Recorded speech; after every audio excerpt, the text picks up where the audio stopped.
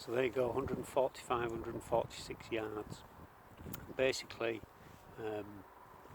how am I going to make that shot? You know, what do I do to actually try and have an effective shot at 145 yards? So imagine there was a sentry over there. Well, the first option is always get closer, but as you can see, I can only move 5 yards closer at the most, and I'll be more obvious, so I'd be shooting from this more concealed position if I got down here. So the first thing is I've accurately measured the range. Now this is essential. You need a laser rangefinder of one type or another, be that in your scope or handheld one. They're not too slow to use for the kind of shots you're going to use this for. You need plenty of time for these shots. So you need to get a laser rangefinder and use yards, not meters, is my guide to this, because they're shorter, so therefore they're just more accurate. It's just more increments in that same distance. Set your rangefinder to yards, and also on most of them now they come with like a bow mode, which really means that although I'm shooting across there, I'm also shooting downhill in this particular instance, ever so slightly, but there's definitely several yards lower down to that target. The modes on this rangefinder mean that you can basically set it so it will tell you the actual horizontal distance rather than the line of sight distance. So imagine you were shooting off a skyscraper down at someone just outside the lobby, you know, approaching. You'd measure and it could be like hundreds of yards, but the reality is this will tell you how many yards from the building they are. And this is quite important, because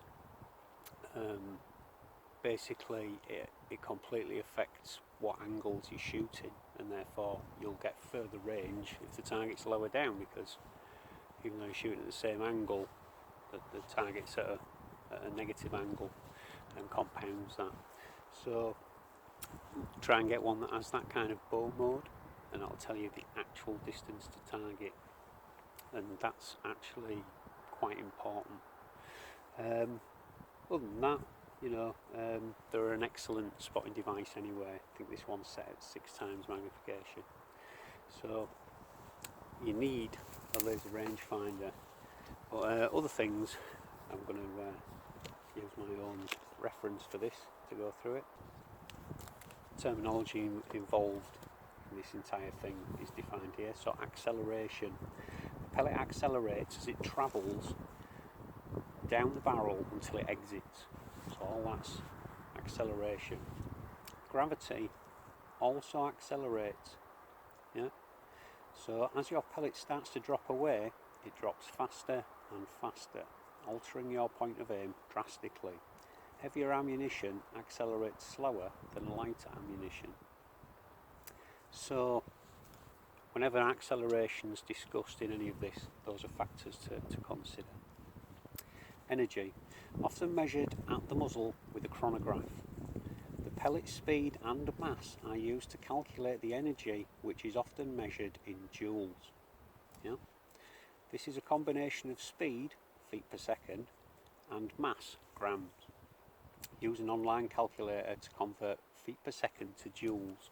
Now it's important that you consider joules, because that's often how legality is defined.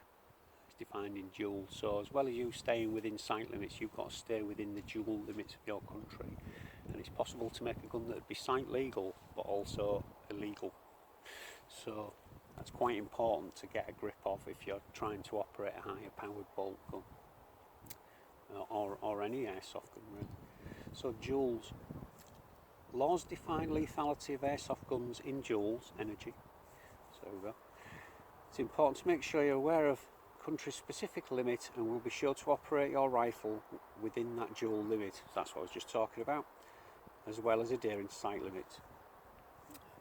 Consider that if building a rifle to play at a site operating on a 0.20 gram chronograph limit, that once heavier ammo is applied, the same sight lethal gun could be illegal. For example, 2 gram 500 feet per second 2.3 joule equivalent sight limit can produce setups that still break the UK law of 2.5 joules once heavier ammunition is used. So there is a 0.2 of a joule limit in the UK buffer between sight limits and then the UK legal limit, but you can, with heavier pistons, some gas rifles, HPA, messing around with the dwell,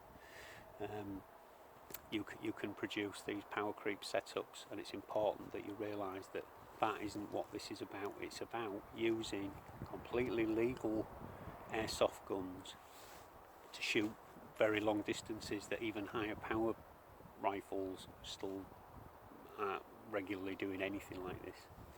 So you don't need massive amounts of power and joules, because ultimately all that's capped by the ammunition, but we'll discuss that in a bit. So volume. To be most efficient, you aim to have enough cylinder volume of air to accelerate the pellet all the way down the barrel's length, yet not too excessive, as this will generate more noise at high energies. So yeah, if you over volume your gun, you know there's going to be a lot of excess air coming out the end of the barrel. HPA and gas don't have the same issues, so they don't have a volume from a cylinder. It's more about how much gas or air you release into the barrel. So external ballistics, now this leads on to this. So external ballistics are a major thing about what we're discussing here today. These are the forces acting on the pellet once it leaves the muzzle. As you shoot at targets further away, these external forces have more time, because the pellet's in the air for a lot longer, to alter the pellet's course and point of impact. So external ballistics require greater compensation the further you attempt to shoot. So for example, today, shooting out there, the flight time might be about 4 seconds that the pellet's in the air between the end of the barrel and making an impact somewhere over there. In that 4 seconds, that's a long time for the wind to be able to push against that pellet and affect where it's going. So therefore, as you get further out, the compensations are much bigger. You're aiming far further off. Right. Neither firearm or airsoft rifles fire ammunition in a perfect arc. Instead, they fire in a parabolic arc. Yeah. So it's not, the arc isn't equal. It's different at one end as it is. You know, it's far more severe at the end where it's running out of energy. The highest point of the trajectory is not in the centre at long ranges, so it's much nearer the far end, and then it drops off very rapidly. The highest point is nearer the target as the ammunition slows down, so covers less horizontal distance in the same time it took to reach the halfway point. So yeah, it'll do the first part of that trajectory in a much shorter time than the second half. Yeah, so the wind nearer the target will have more effect because there's more time spent travelling through that medium, that area. While the effects of gravity causing the pellet to fall do accelerate, so as the pellet's decelerating, its fall is accelerating. Eventually the pellet is falling faster than it is moving horizontally. Now this is it, we're shooting out to these distances where this is what applies. The pellet's dropping faster than it's going forward. Gravity forces accelerate by 9.8 metres, that's 32 feet per second. So gravity over a second, it's accelerating that much. So falling at a speed of 96 feet per second after 3 seconds. And so you can imagine, 4 second flight time, after 3 seconds it's dropping 96 feet. Yeah. So falling at a speed of 29.4 meters a second, that's 96 feet per second after 3 seconds. However, airsoft uses hop-up backspin to counter the effects of gravity, yet the spin decays after only a second and gravity begins to alter the trajectory. Gravity is the real enemy of long-range hits. Now this is the truth, is you can get the left to right completely right, but it's about the angle, just a small difference is going to greatly affect how far the shot goes. So it's more about the angle that you choose to fire being more critical. I mean, they're both critical for a hit, but to land a shot near the target, you need to be getting that factor definitely right. You know, you can be quite a way out left to right, and it will still be in the area if you get the right distance. Okay, so trajectory. The flight path of the actual pellet between muzzle and point of impact, often visualised as a line stroke arc. Try and predict it. So here we are, looking at that tree over there, and I'm basically thinking that the pellet's going to be moving towards the skyline and then be falling away near the end onto the base of the tree at the edge of the field there. So that's how high I'm actually going to be shooting, rather than down here at the actual target. So you can see it's a big difference. So line of sight. The scope is only showing you where you're aiming. So once you've fitted a scope that's now at this angle on an FSR rail, or however you decide to do it, this is showing you the line of sight, but it doesn't mean you necessarily have muzzle clearance. You know, if there's an overhanging tree here, you'll be shooting into that, even though you can see. So your line of sight isn't the trajectory, it's nowhere near it. You know, you'll just see the pellet immediately fly across your scope picture into the out the top. And obviously it'll drop back in at the end, although you're unlikely to see much of that, depending on. Here you've got a nice dark background, and this is what you want for any of this kind of shooting, is a dark background. You'll see your pellets if you're using up to 4/8.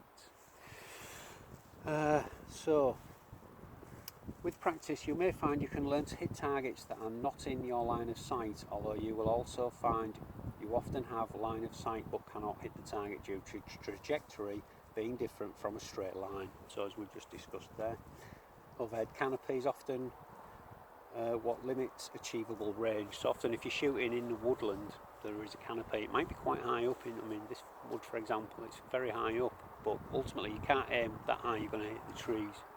So that in itself limits your range, whereas this open fields scenario here, I can aim as high as I want. It's not a problem, and therefore I can try and achieve a long range. So, just look at the time. You need to be able to visualise a ballistic loophole through the cover to see if a shot is possible. So if you're laid in cover, there is overhanging cover and that, you want to be seeing where you think your barrel's going to be actually going. You know, although you have line of sight through the scope, the barrel, you need to visualise, yeah, it's going to go through that gap in the canopy there, and it is an achievable shot, or no, that branch hanging across there, I think is actually making it so I just cannot shoot to that distance from this location. So visualising that before committing to a shot is an important aspect. Up close, your scope may look over cover that interrupts your pellet's trajectory. So this is more, if you're not shooting at an angle, your scope can be high enough up where you don't have enough muzzle clearance. Very basic concept, but it's just reminding you that. Always check your muzzle clearance. With an extreme range rifle setup using an adjustable rail, your line of sight is so vastly different from the trajectory that you can only see the pellet within the scope picture as it leaves the muzzle and climbs out of shot, then again when it falls back into view at a distant target. So what we've just discussed there. So you can imagine how different this style of shooting really is. So I'm going to carry this on the next video I make, and if you're interested, drop a comment. Thanks for looking.